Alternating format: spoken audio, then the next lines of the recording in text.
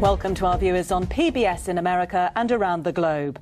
Just what can be done about Syria? It's a question that's confounded the international community since the uprising began there 10 months ago. Now the Arab League is taking its plan to end the violence to the UN Security Council. Meanwhile, in Syria itself, there have been fierce clashes between pro-Assad troops and the Syrian Free Army in the suburb of Douma near the capital Damascus. Our Middle East editor, Jeremy Bowen, was helped by local activists to enter the area last night, and he sent this report. Look at central Damascus and you might think that this city is calm. But when night falls, head for the suburb of Douma, only 15 minutes drive away. Camouflage uniforms. Getting into Douma isn't easy. But at the end of a muddy lane is a checkpoint controlled by the Free Syrian Army. A loose alliance of mainly army defectors across the country who are fighting President Assad's military. Locals say they've kept the president's men out most of the time for the last 2 to 3 weeks. Their light weapons, shotguns and pistols, as well as rifles, can't stop an assault, but could make it costly for the regime's forces to stay too long. The president says they're an armed gang, directed by foreign conspirators. They say they're protecting the people. Pass this on to the world. Our revolution is peaceful. We don't attack the regime. They attack us. We're in control here. Douma is ours. Syria is ours, and we'll win. The army and the security forces keep trying to get into here, but we defeat them.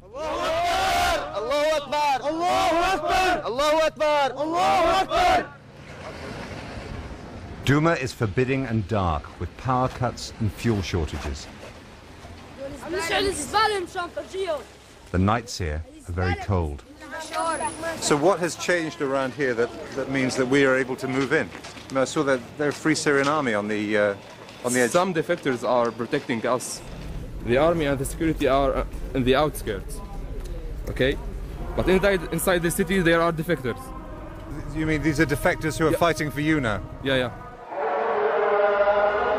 Slowly people emerged from the evening prayer. Too often for them, the nights have belonged to the president's arrest squads. Now, nervous shadows, they head to the place near the mosque, where numbers make them feel strong.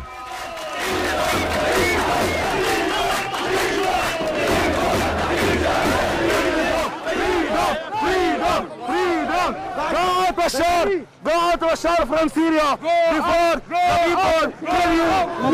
What do you think should happen to Bashar al-Assad? We want to kill Bashar al-Assad. He has to be killed. He has to be killed. You want him killed? You want him dead? Of course. Everybody. He killed everybody. Our people. He killed our families. He has to be killed.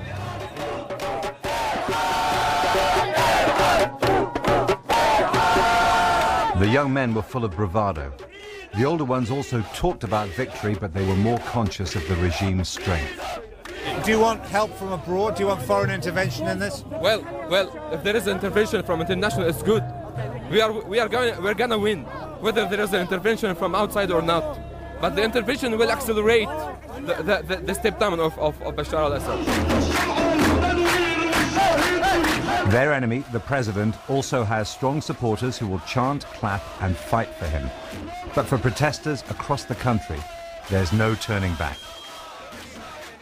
This is all bad news for President Bashar al-Assad. An important part of his capital city in the hands of the people and defended by men who have defected from his armed forces. The question is how much firepower the president has at his disposal and whether he chooses to use it here to regain control of these streets. Then they said it was getting dangerous and hustled us out. A few hours later, activists say, the security forces were back, arresting more people. Jeremy Bowen, BBC News, Douma. Well, for more on the situation in Syria and whether there's any sign of the government's grip on power weakening, I'm joined by Bilal Saab, a fellow at the Monterey Institute of International Studies. Bilal, thank you very much for joining us. Hi, Jane. Now, Damascus is considered a government stronghold, but here it seems the rebels are beating at the door. How serious a threat is this to President Assad's power? I'm tempted to make some conclusions, but the situation on the ground is very fluid. So I'm cautiously optimistic. And by that I mean that what could be advances, as we're seeing by the rebels, could be nothing more than tactical retreats by the Syrian forces. And by that I mean that they could withdraw from a certain territory today, but decide that tomorrow they will pound it and shell it. So it's still pretty inconclusive exactly what's happening there. They can if they hold it for several more days and seize more territory, then this is a good sign. But for now, it's inconclusive. Well, now, looking at the international scene, the Arab League, of course, has taken its plan to end the violence to the United Nations. Given that Russia still supports Assad's government, is there likely to be any action as a result of this? Well, just a quick note regarding the Arab peace plan. I do believe that it was born dead.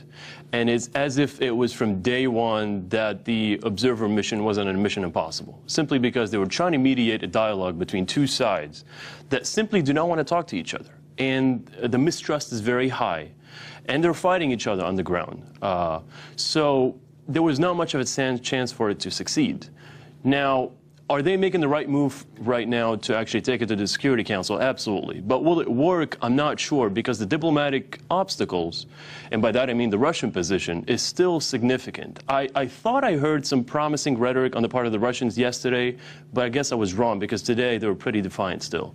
But does the toughening stance of the Arab League actually change the dynamics of the other countries in the UN at all? Does it make them consider alternatives or review their own position? I think it does, and it certainly has some sort of an impact on the psychological mindset of U.S. officials, at least. If they see that Arab states, are taking a more forceful stance towards Syria, then that might precipitate some sort of a more forceful action on the part of the Americans. Well, very, very briefly, they've ruled out military action so far. I mean, are you saying that this is likely to change? Well, there's a debate today. Officially has started in Washington, but I don't think it will have much of an impact on actual policy. Bilal Saab, thank you very much indeed for joining us. Well, turning now to Libya, and it seems that thoughts of post